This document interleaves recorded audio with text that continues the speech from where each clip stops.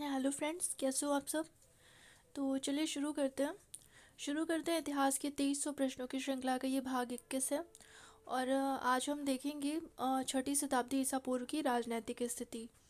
इससे पहले की जो वीडियो है उसमें मैंने आपका पाषाण काल, सैंधव सभ्यता, वैदिक काल और धार्मिक आंदोलन से संबंधित जितने भी क्वेश्चन थे मैंने सारे कंप्लीट करवा दिए हैं।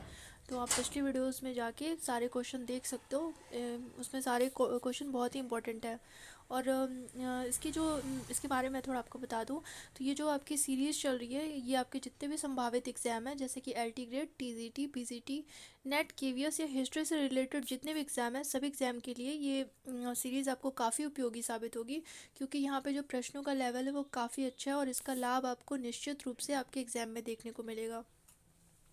इसके साथ ही मैं बता दूं कि इसमें मैंने जितने भी पॉइंट बताए हैं सारे पॉइंट बहुत ही इंपॉर्टेंट है और जब आप वीडियोस देखोगे तो आपको निश्चित रूप से पता चलेगा कि प्रश्न किस प्रकार के हैं।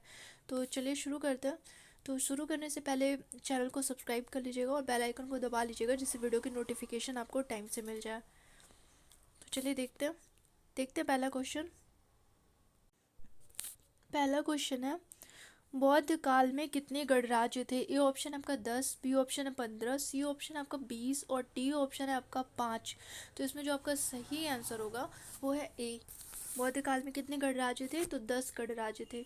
इसके बारे में मैं थोड़ा सा और बता दूं, अगर मान लो क्वेश्चन पूछ देता है कि बुद्ध काल का सबसे बड़ा और सबसे शक्तिशाली गणराज्य कौन सा था, तो वो आपके जो वैशाली के लिच्छवी थे वो बुद्ध काल का सबसे बड़ा और सबसे शक्तिशाली गणराज्य था। और लिच्छवी के बारे में कहते हैं कि लिच्छवी जो था वो 36 राज्यों के विशाल संघ के नेता थे। ठीक है, तो चलिए नेक्स्ट क्वेश्चन देखते हैं। नेक्स्ट क्वेश्चन है, प्रसेनजीत कहाँ का राजा था। ए ऑप्शन आपका काशी, बी ऑप्शन है कौशल, सी ऑप्शन आपका अंग और डी ऑप्शन आपका वश। तो इसमें आपका जो सही आंसर होगा वो होगा बी। कहाँ का राजा था, कौशल का। इसके बारे में थोड़ा बता दूं, तो ये जो कौशल है ये वर्तमान अवध का क्षेत्र जो वर्तमान अवध का जो क्षेत्र है वही प्राचीन काल में कौशल महाजनपद का निर्माण करता था। और इसकी जो राजधानी थी वो आपकी श्रावस्ती थी। क्या थी, श्रावस्ती। और अगर मान लो क्वेश्चन पूछ देता है कि कौशल का सबसे शक्तिशाली राजा कौन था, तो वो आपका ये प्रसेनजीत ही था। इसके बारे में कहते हैं कि इसने स्वयं को इक्ष्वाकु कुल का बताया। कौन से कुल का बताया है, इक्ष्वाकु कुल का बताया है। और इसके बारे में संयुक्त निकाय में इसके बारे में बोला गया है, किसके बारे में, प्रसेनजीत के बारे में, कि इसने ये जो प्रसेनजीत जो था ये 5 राजाओं के गुट का स्वामी था। कितने राजाओं के गुट का, 5 राजाओं के गुट का स्वामी था। इसका वर्णन कहाँ पे है, तो संयुक्त निकाय में, संयुक्त निकाय में। ठीक है, तो क्वेश्चन के अकॉर्डिंग आपका सही आंसर क्या था, कौशल। चलिए नेक्स्ट क्वेश्चन देखते हैं। नेक्स्ट क्वेश्चन है, ग्रीक लेखक मेथोरा को किस महाजनपद की राजधानी से संबद्ध करते हैं। ये ऑप्शन आपका वज्जी, बी ऑप्शन है मत्स्य, सी ऑप्शन आपका चेती और डी ऑप्शन आपका सूर सेनोई।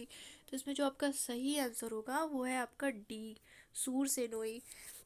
इसमें थोड़ा आपको बता दूं, देखो ये जो सूरसेन हुई या सूरसेन जो था इसकी जो सूरसेन जो महाजनपद था इसकी जो राजधानी थी वो आपकी मथुरा थी। क्या थी, मथुरा थी। और यहाँ का जो शासक था वो चंड प्रदोत की कन्या का पुत्र, कौन था उसका पुत्र, अवंती पुत्र था। यहाँ का शासक कौन था, चंड प्रदोत की कन्या का पुत्र था। ये अवंती पुत्र यहाँ का शासक था। ठीक है, तो चलिए इसका क्वेश्चन के अकॉर्डिंग आपका सही आंसर क्या था, डी। नेक्स्ट क्वेश्चन देखते हैं।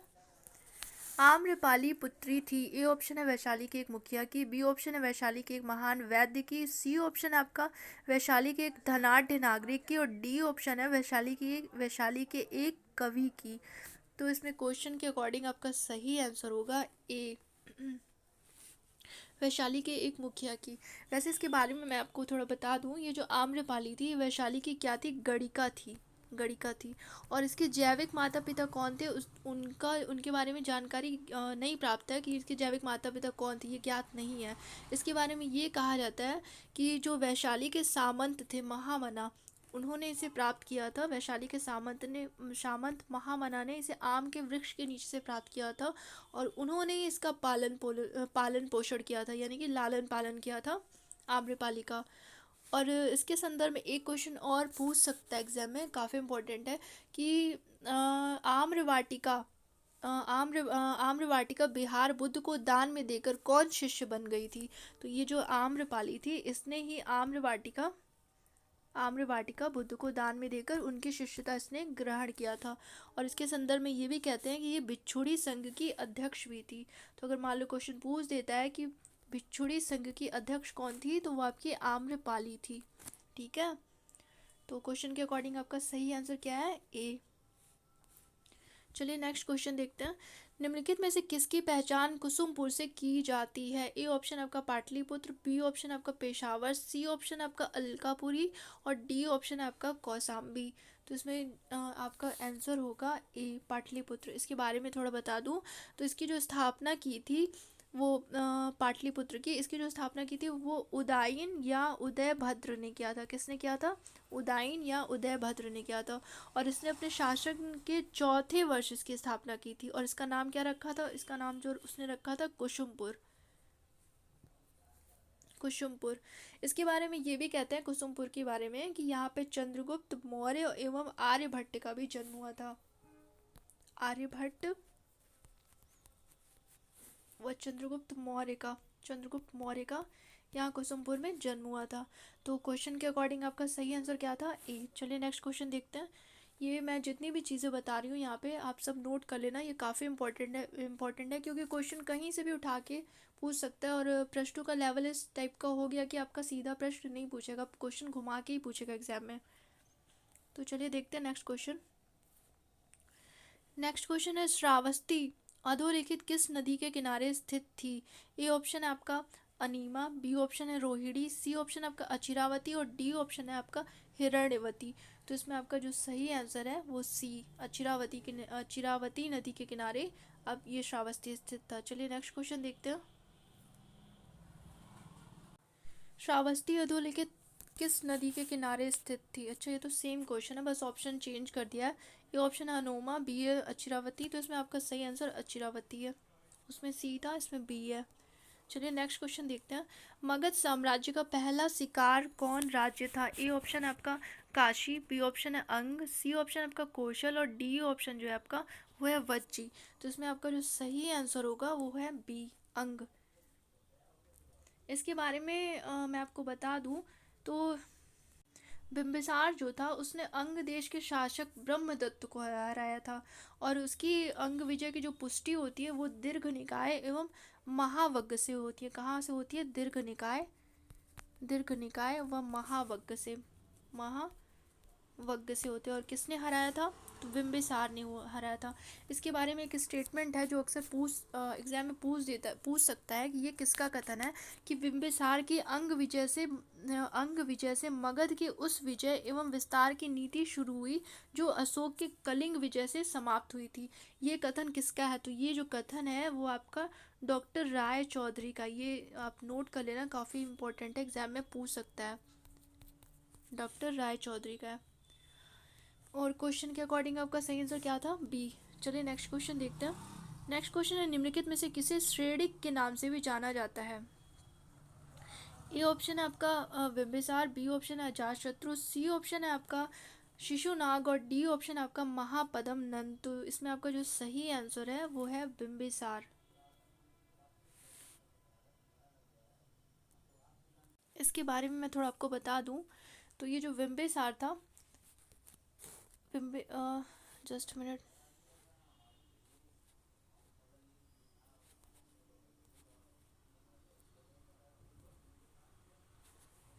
ये जो आपका बिंबिसार था ये हर्यक वंश का संस्थापक माना जाता है। किस वंश का? हर्यक वंश का। और इसकी जो हत्या की थी वो इसके पुत्र अजातशत्रु ने किया था। किसने किया था? अजातशत्रु ने। ये काफ़ी बार एग्जाम में पूछा है तो ये आप ध्यान रखना, काफ़ी इंपॉर्टेंट है।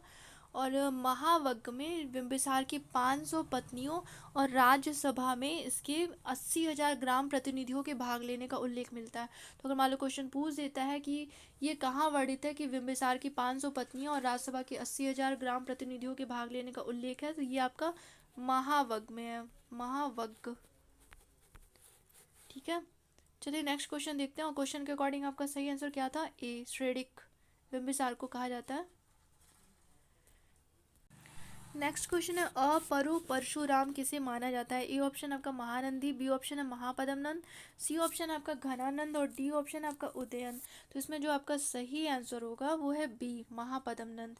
इसके बारे में मैं आपको थोड़ा बता दूं तो इसकी अन्य भी उपाधियां थी, जैसे इसकी एक राट उपाधि थी, कली का अंश, सर्व छत्रांतक, द्वितीय परशुराम, और इसकी एक और उपाधि थी अपरु परशुराम और भार्गव। इसकी आदि उपाधियां थी। और इसकी जो मदद की थी इसके बारे में कहते हैं कि इसने सभी क्षत्रियों का नाश किया था, और इस कार्य में इसकी जो मदद की थी वो जैन मंत्री कल्पक ने मदद किया था। किसने मदद किया था? जैन मंत्री कल्पक ने महापद्मनंद की। चलिए नेक्स्ट क्वेश्चन देखते हैं। मगध के किस शासक को उग्रसेन के रूप में जाना जाता है? ए ऑप्शन आपका बिंबिसार, बी ऑप्शन है महापद्मनंद, सी ऑप्शन आपका अजातशत्रु और डी ऑप्शन आपका घननंद। तो इसमें आपका जो सही आंसर होगा वो बी, अभी बता ही दिया मैंने आपको। चलिए नेक्स्ट क्वेश्चन देखते हैं।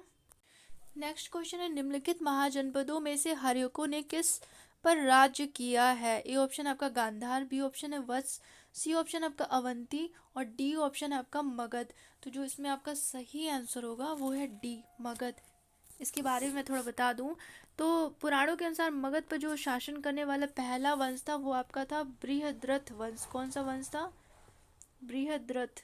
ये बृहद्रथ है, बृहद्रथ वंश था। और मगध का जो पहला बौद्ध ग्रंथों के अनुसार जो मगध का पहला वंश था वो आपका हर्यक वंश या पितृहंता वंश भी कहते हैं, क्योंकि अजातशत्रु ने अपने पिता की हत्या कर दी थी ना, अभी पिछले क्वेश्चन में मैंने आपको बताया।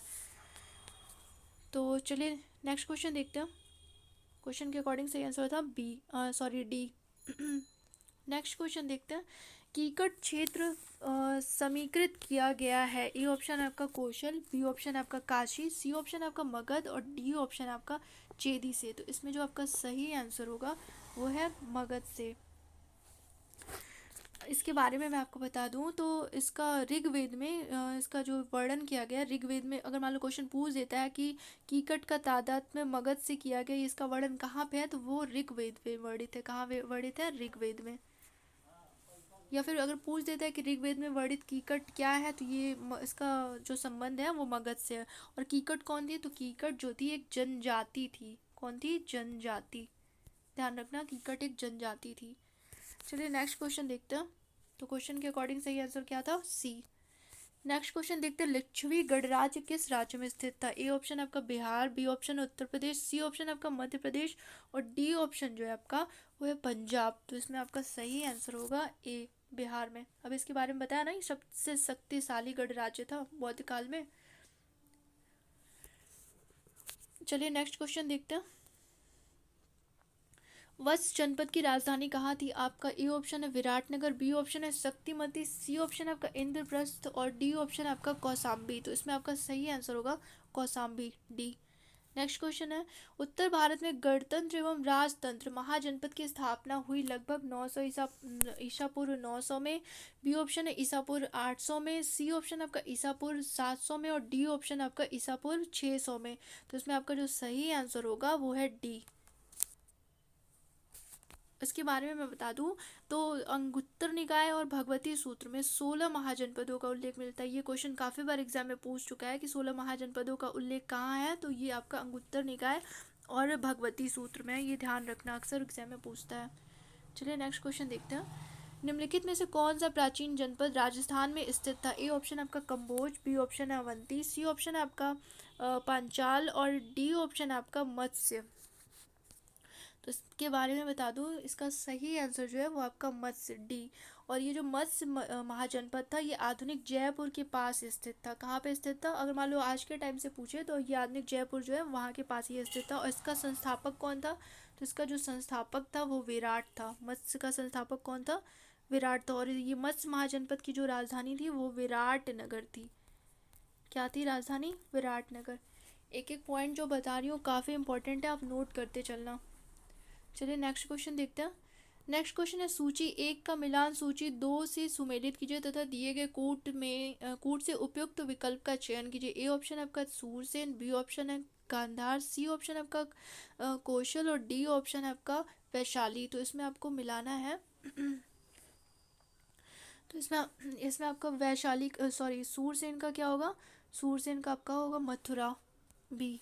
ए का बी, ए का दूसरा है, तो इसमें आपका सही आंसर कौन सा होगा, गांधार का तक्षशिला होगा, गांधार का तक्षशिला, दो का ए। तो इसमें आपका सी ऑप्शन सही हो जाएगा, सी।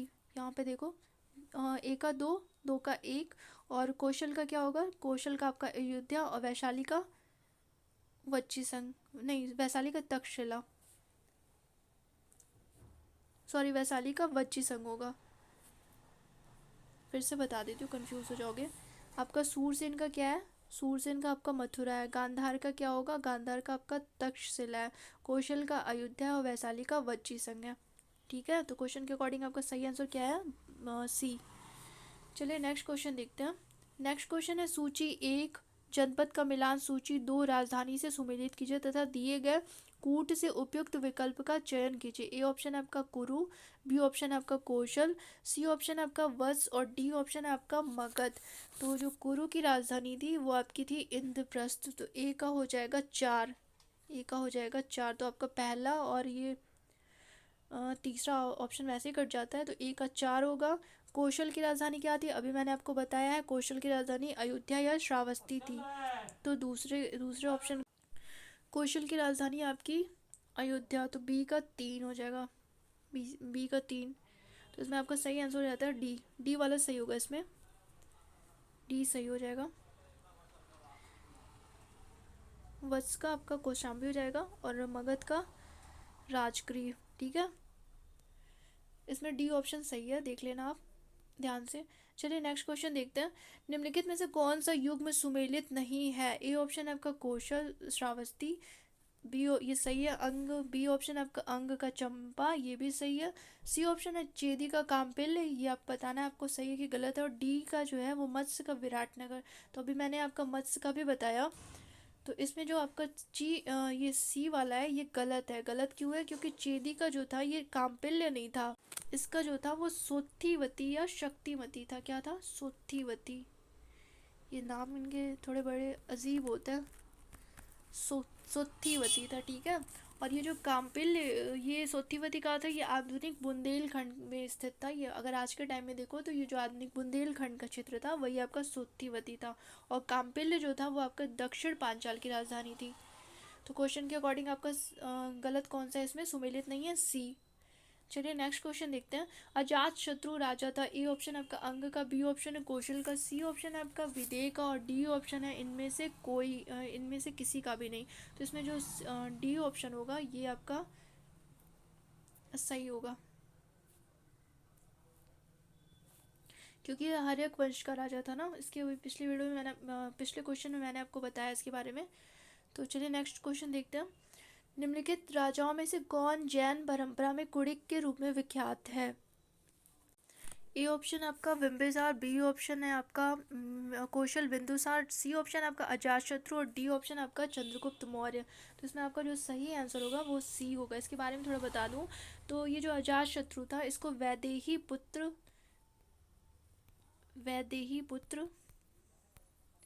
या विदेह पुत्तो भी कहते हैं। क्या कहते हैं, विदेह पुत्तो, विदेह पुत्तो इसको कहते हैं। और इसके बारे में ये भी कहते हैं कि इसने अपने युग के 6 प्रधान धार्मिक संतों जैसे कि मखली गोशाल, महावीर, बुद्ध आदि से स्वयं जाकर इसने भेंट किया था। तो क्वेश्चन के अकॉर्डिंग आपका सही आंसर क्या था, अजातशत्रु कुड़िक के नाम से ये विख्यात था। नेक्स्ट क्वेश्चन, निम्नलिखित में से किस गणिका का राजगृह में गणिकाभिषेक हुआ था। ए ऑप्शन आपका सालवती, बी ऑप्शन आपका आम्रपाली, सी ऑप्शन आपका वसंत सेना, और डी ऑप्शन आपका रामानिया।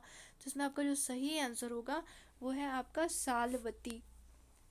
सालवती के बारे में बता दूं तो ये बिंबिसार में बिंबिसार ने राजगृह में सालवती को सालवती की सर्वप्रथम गणिका के रूप में नियुक्ति की थी। तो अगर मान लो क्वेश्चन पूछ देता है कि बिंबिसार ने सर्वप्रथम राजगृह में गणिका के रूप में किसकी नियुक्ति की थी, तो वो आपकी ये सालवती थी, और इसी का जो पुत्र था वो जीवक था, ये जीवक की माँ थी। ठीक है, चलिए नेक्स्ट क्वेश्चन देखते हैं। जीवक किस राजा का राज्य वैद्य था। ए ऑप्शन है आपका प्रदोत, बी ऑप्शन है आपका उदयन, और सी ऑप्शन आपका अशोक, और डी ऑप्शन आपका बिंबिसार। तो इसमें आपका सही आंसर होगा बिंबिसार। इसको जीवक को बौद्ध संघ का आभूषण कहा जाता है। तो अगर क्वेश्चन पूछ देता है कि बौद्ध संघ का आभूषण किसे कहा जाता है, तो वो आपका जीवक था।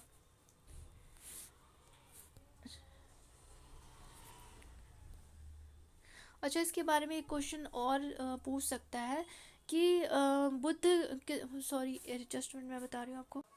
हाँ, तो इसमें पूछ सकता है कि किसके अनुरोध पर बुद्ध ने भिक्षुओं के लिए 3 चीवरों या वस्त्र, चीवर क्या था, चीवरों, चीवर ये वस्त्र होते थे, 3 चीवरों का विधान किया था। तो ये आपका जो जीवक था, इसी के अनुरोध पे बुद्ध ने भिक्षुओं के लिए 3 चीवरों का विधान किया था।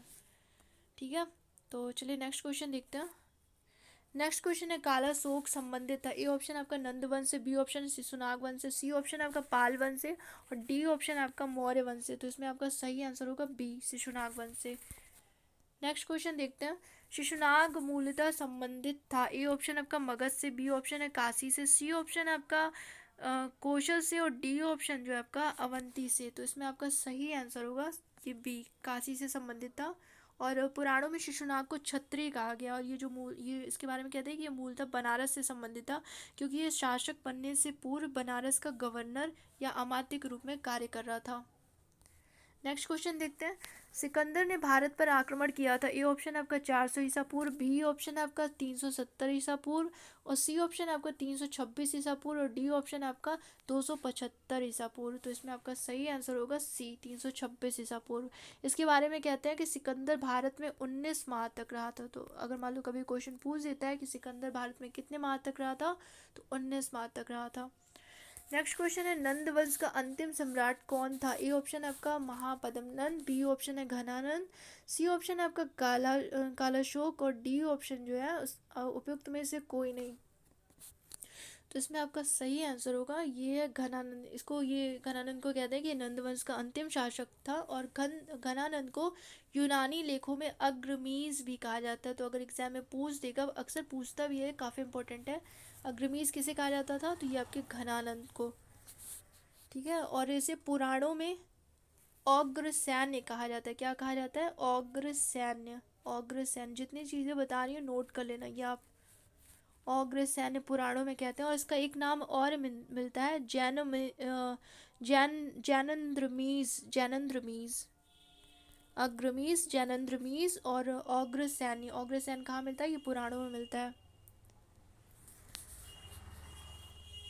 चलिए नेक्स्ट क्वेश्चन देखते हैं।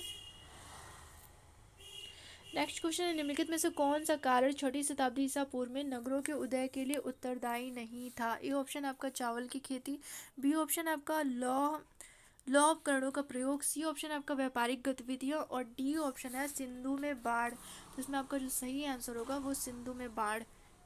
ठीक है।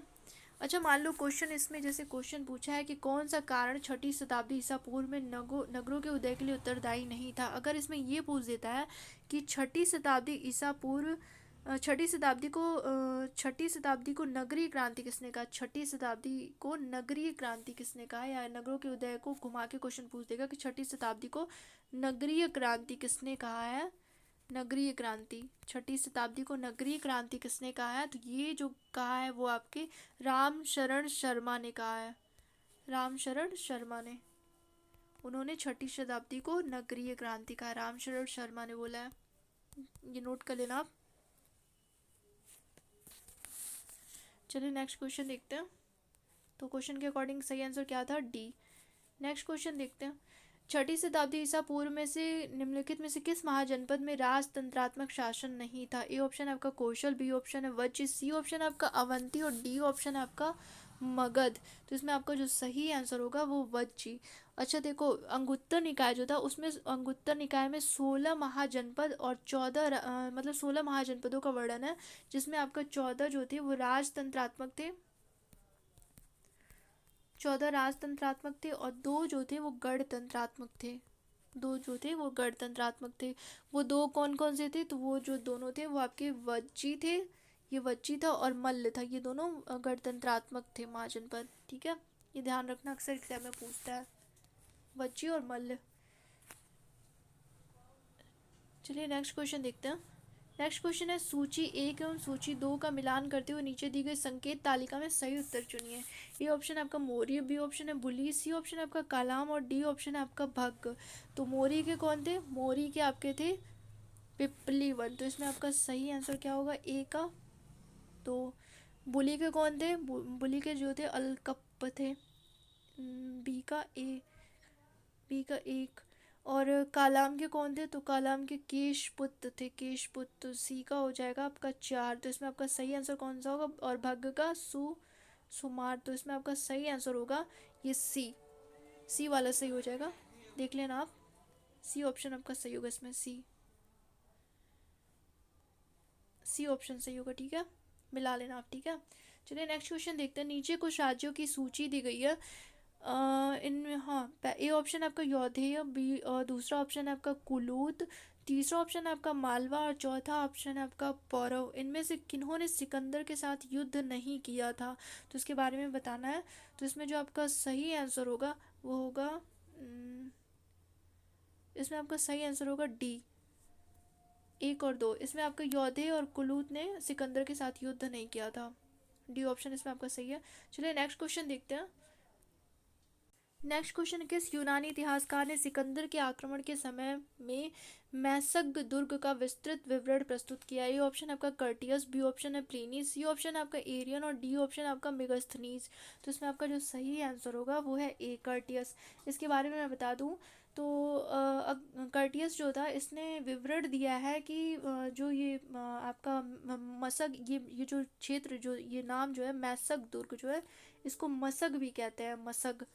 ये आपके अस्मक राज्य की राजधानी थी। किसकी राजधानी थी? अस्मक राज्य की राजधानी थी।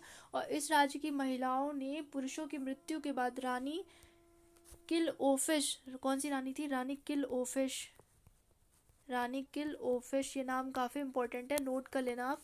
रानी किल ओफिश के नेतृत्व में युद्ध किया था। और ये जो युद्ध हुआ था इसमें सिकंदर अपने साथियों के साथ घायल हो गया था, जिसके कारण उसने सभी महिलाओं को मौत के घाट उतार दिया था।